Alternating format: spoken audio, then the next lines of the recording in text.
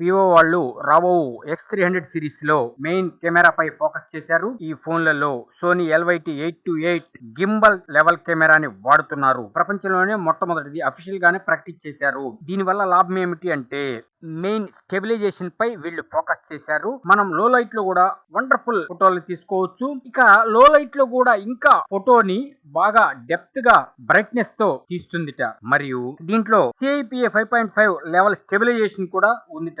మనం వెహికల్ లో ప్రయాణిస్తున్నప్పుడు మరియు నడుస్తూ లేక పరిగెత్తుతూ తీస్తున్నప్పుడు వీడియోలు గానీ ఫోటోలు గానీ షేక్ లేకుండా స్టెబిలైజేషన్ తో వస్తాయిట.